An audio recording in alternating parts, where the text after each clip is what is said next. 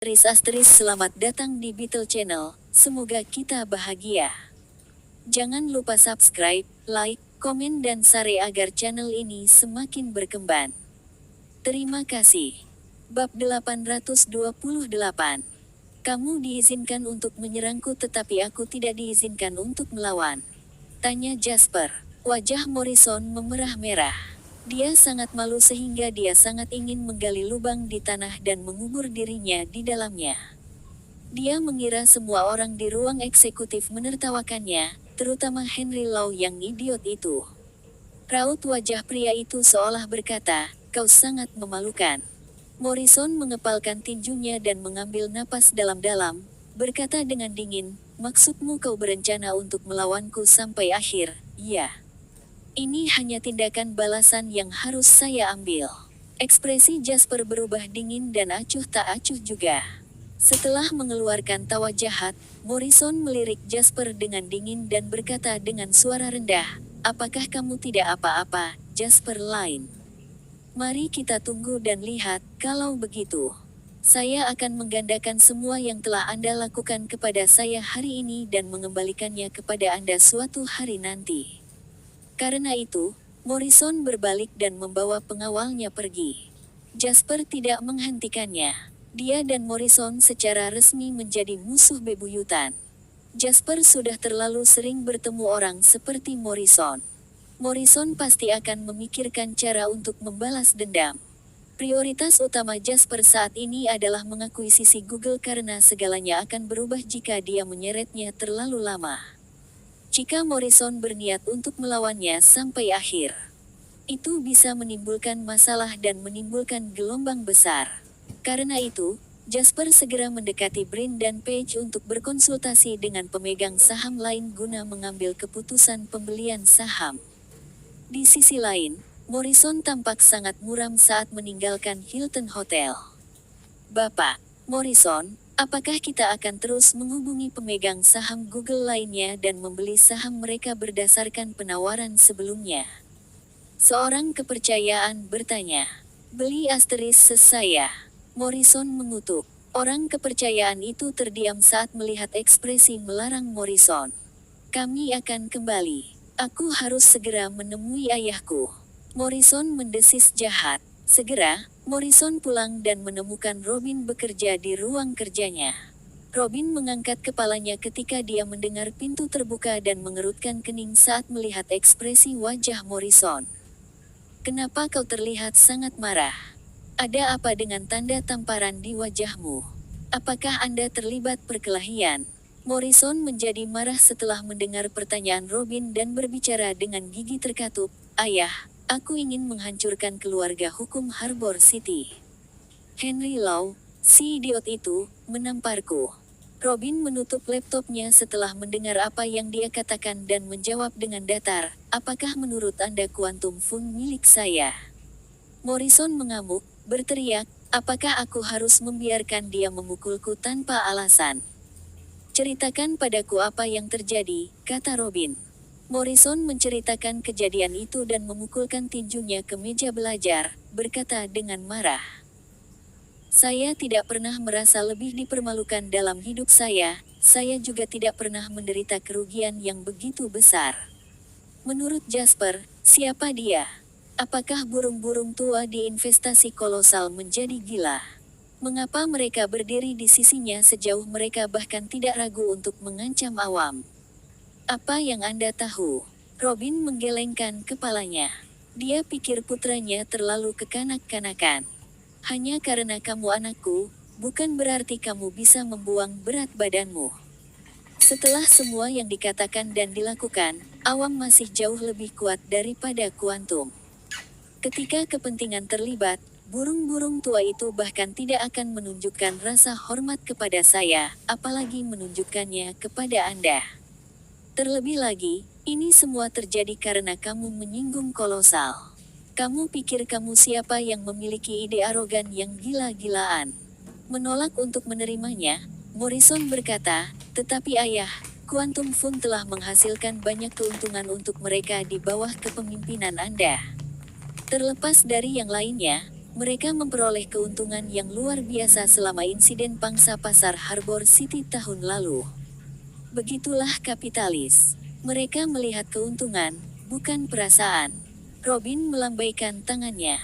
Jelas bahwa dia tidak menganggap serius kata-kata Morrison.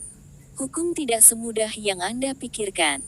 Mereka memiliki fondasi yang sangat kuat di Harbor City, dan sampai batas tertentu, 4 keluarga terkaya akan maju dan mundur bersama. Ini termasuk Wallace Langdon, rubah tua itu. Apakah Anda pikir dia sekutu kita? Rubah tua itu adalah yang paling sulit untuk dihadapi dan tidak akan ragu untuk menggigit kita dengan kejam selama masa-masa kritis. Lebih penting lagi, hukum berbagi ikatan terkuat dengan pemerintah Summerland, dan mereka tidak akan membiarkan siapapun merobohkan reputasi yang telah mereka bangun begitu keras untuk pengusaha Sommer di luar negeri begitu saja. Karena itu, Anda dapat terus bermimpi tentang berurusan dengan hukum. Karena itu, Robin melihat tanda tamparan di wajah Morrison dan melanjutkan dengan cemberut, namun, ini semua hanya teori permainan dalam skala yang lebih besar. Apa yang Anda terlibat dengan Henry tidak lebih dari pertengkaran antara anak-anak. Jika Anda mampu, gunakan kemampuan Anda sendiri untuk membuat Henry menderita kerugian tanpa ada yang mempermasalahkannya. Apakah Anda mengerti apa yang saya katakan? Morrison mengangkat alisnya dan berdiri, berkata, "Ayah, saya ingin dipindahkan ke Bank Investasi Awam Cabang Regional Terra sebagai presiden. Tolong bantu aku." Robin merenung sejenak sebelum berkata, "Johnson adalah presiden cabang regional Terra saat ini. Dia terlalu tua. Selain itu, strategi investasinya sangat konservatif dan dia ditekan setiap langkah oleh kolosal di pasar Summerland, menyebabkan ketidakpuasan pada petinggi awam sejak lama. Aku akan menangani ini untukmu, tetapi kamu harus ingat bahwa Henry lebih mudah untuk ditangani sementara Jasper adalah rasa sakit yang nyata di Asterisks." Bab 829.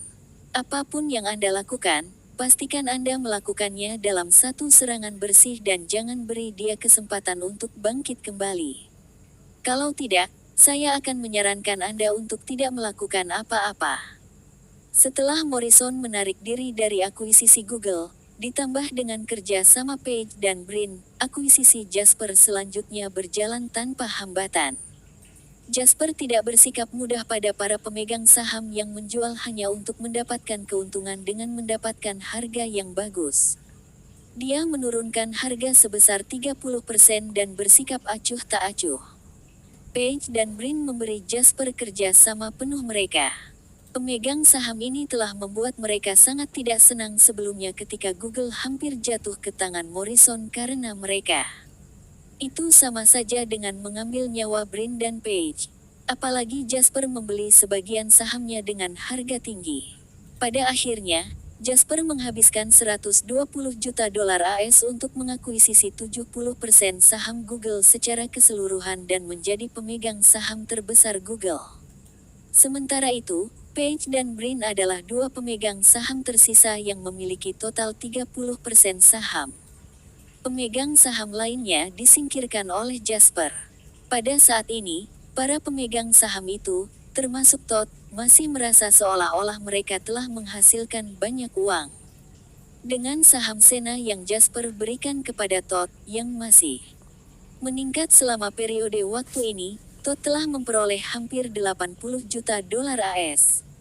Dengan kata lain, 27% saham Google diterjemahkan menjadi $80 juta AS, yang menjadikan ini kesepakatan yang sangat menguntungkan tidak peduli bagaimana orang melihatnya. Pada saat kritis ini, pada saat yang hampir bersamaan Jasper menyelesaikan akuisisi Google secara keseluruhan, Yahoo membuat pengumuman. Yahoo setuju untuk bermitra dengan Google dengan sepenuhnya mengadopsi teknologi mesin pencari Google. Tiba-tiba, Google berubah dari underdog yang semua orang ragukan menjadi sensasi baru yang didukung oleh Yahoo. Dengan cepat menjadi pangsa pasar pencarian internet AS teratas. Ketika Page dan Brin menerima berita tentang ini, mereka baru saja menyelesaikan kontrak dengan Jasper dan menerima cek $1 miliar harinya. Tuhanku, Paige melihat cek di tangannya dengan ekspresi tercengang dan kemudian menatap Jasper, merasa bahwa seluruh cobaan ini sedikit tidak adil. Jika berita itu dirilis sehari sebelumnya, nilai Google pasti akan jauh lebih dari ini. Bapak, lain, investasi 120 juta dolar AS Anda menjadi 2 kali lipat setelah selesai, kata Brin dengan ekspresi aneh di wajahnya. Pada titik ini, dia mulai bertanya-tanya apakah Jasper telah merencanakan segalanya sebelumnya. Bagaimana lagi dia bisa menjelaskan kebetulan ini? Meskipun begitu, Brin beralasan pada dirinya sendiri dan berpikir bahwa itu tidak mungkin. Jika dia, pihak yang terlibat, bahkan tidak tahu apa yang sedang dilakukan Yahoo, bagaimana Jasper bisa tahu? Namun, Brin masih merasa berkonflik karena dia telah menjual perusahaan dengan harga terendah pada hari yang sama nilainya meroket. Jasper tertawa. Saya percaya bahwa Google akan melakukan jauh lebih baik dari ini di masa depan. Sedikit kabar baik ini hanyalah awal dari kebangkitan Google. Brin dan Paige tertawa masam setelah mendengar kata-kata Jasper. Apa yang telah dilakukan tidak dapat dibatalkan. Kontrak telah ditandatangani dan saham telah ditransfer. Mereka bahkan telah menerima cek mereka. Sudah terlambat untuk menyesal. Bergembiralah dan berpandangan jauh ke depan. Jasper menepuk bahu mereka. Dia sangat berempati dengan mereka dan tidak menyangka berita itu datang begitu cepat. Google akan menjadi pasar global di Amerika Serikat di masa depan. Jangan fokus pada manfaat kecil yang akan Anda dapatkan dari bermitra dengan Yahoo. Paige mengangguk dan berkata, ya, tujuan kami adalah menjadikan Google hebat. Sama seperti Yahoo, Bing, dan Microsoft. Google sekarang memiliki teknologi algoritma peringkat web paling canggih. Satu-satunya hal yang hilang adalah pengguna kumulatif. Kemitraan dengan Yahoo akan menjadi peluang bagi kami, tetapi saya sarankan untuk tidak terlalu mengandalkan Yahoo. Menurut saya, Yahoo hanya setuju untuk bekerja sama dengan Anda karena mereka belum melihat potensi pasar mesin pencari di masa depan. Ketika mereka akhirnya menyadari apa yang terjadi, saya khawatir Google akan menjadi yang pertama ditendang oleh mereka. Nada bicara Jasper terdengar sangat keras. Dalam kemitraan ini, Google perlu melakukan dua hal: mengumpulkan data pengguna dan meningkatkan teknologinya. Ini adalah dua hal yang menjadi milik Google. Bahkan jika Google meninggalkan Yahoo, ia masih dapat menaklukkan pasar dalam waktu singkat. Setelah mendengar kata-kata Jasper, Paige dan Brin mengangguk setuju. Kemudian, Paige dan Brin meninggalkan New York untuk melakukan persiapan kerja sama antara Google dan Yahoo. Jasper menghitung asetnya. Awal 300 juta dolar AS merupakan keuntungan yang diperolehnya dengan menguangkan saham setelah Sena tercatat. Ini dilakukan dengan premis bahwa dia memiliki kendali penuh atas perusahaan. Namun, membeli pesawat pribadi dan mengakuisisi Google telah menelan biaya hampir 180 juta dolar AS. Dia memiliki sisa 120 juta dolar.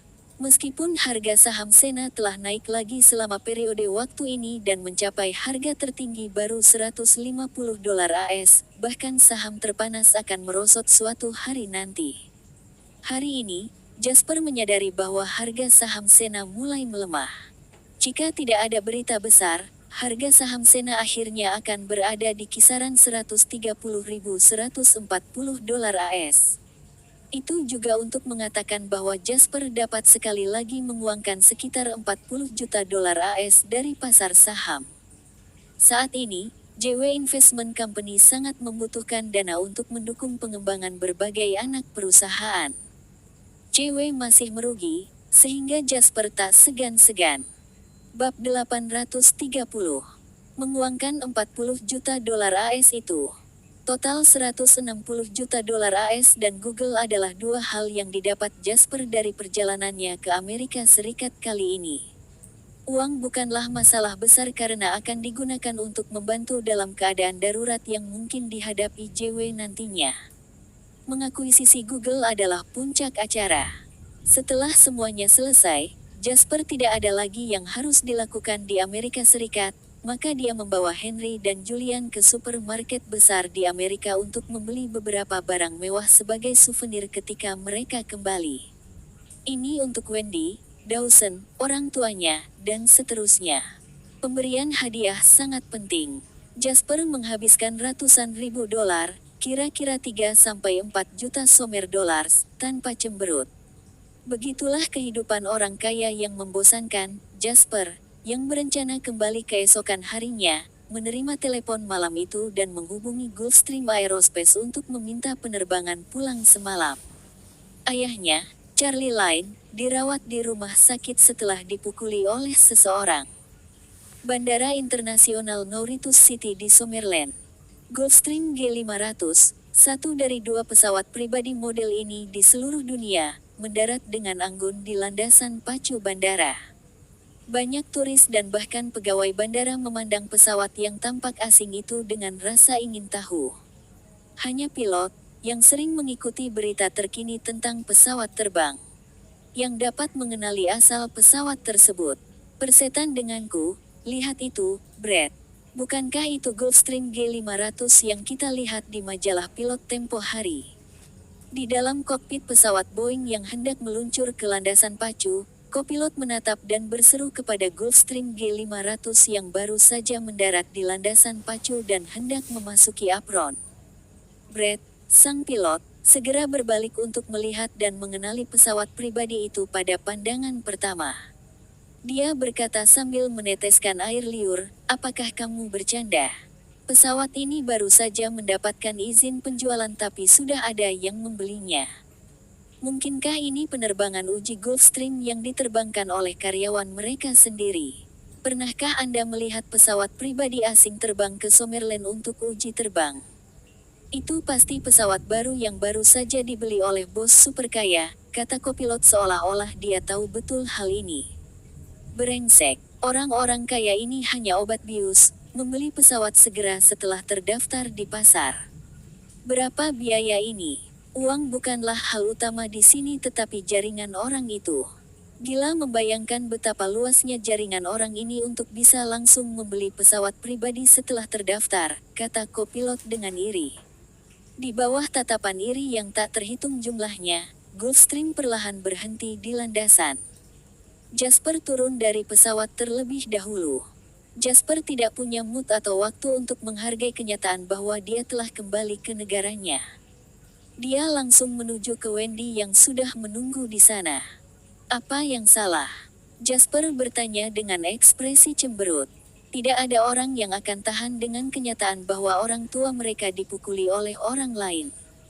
Jasper adalah pria dengan status dan identitas, yang merupakan alasan utama mengapa ini tidak boleh terjadi. Jika dia bahkan tidak bisa melindungi orang tua dan keluarganya, apa gunanya memiliki begitu banyak kekuasaan dan kekayaan? Wendy tidak punya waktu untuk bertukar salam dengannya dan berkata, "Jangan panik. Paman baik-baik saja tetapi mengalami patah tulang rusuk. Dia perlu istirahat. Ayah saya sudah menyelidiki secara spesifik. Dari apa yang dikatakan paman kepada kami, dia sedang berjalan-jalan ketika dia memiliki konflik dengan seorang pria muda yang sedang berjalan-jalan dengan anjingnya. Pemuda itu mengumpulkan beberapa pria untuk memukulinya. Ayo kita ke rumah sakit dulu," kata Jasper sambil menggandeng tangan Wendy. Julian bergegas maju untuk mengemudikan mobil. Henry adalah satu-satunya yang mengikuti di belakang. Untuk Jack Tanner dan yang lainnya, Jasper telah mengatur agar kru penerbangan menerbangkan Gulfstream semalaman untuk mengirim mereka kembali ke Swallow Capital. Sena baru saja terdaftar, jadi ada banyak hal yang perlu ditangani di markas. Sangat penting bahwa tim manajemen ada di sana. "Henry, haruskah aku meminta seseorang untuk mengirimmu ke hotel untuk beristirahat?" tanya Jasper. Wajah Henry menyeringai saat dia berkata, "Tidak apa-apa. Aku akan pergi dan melihat-lihat denganmu.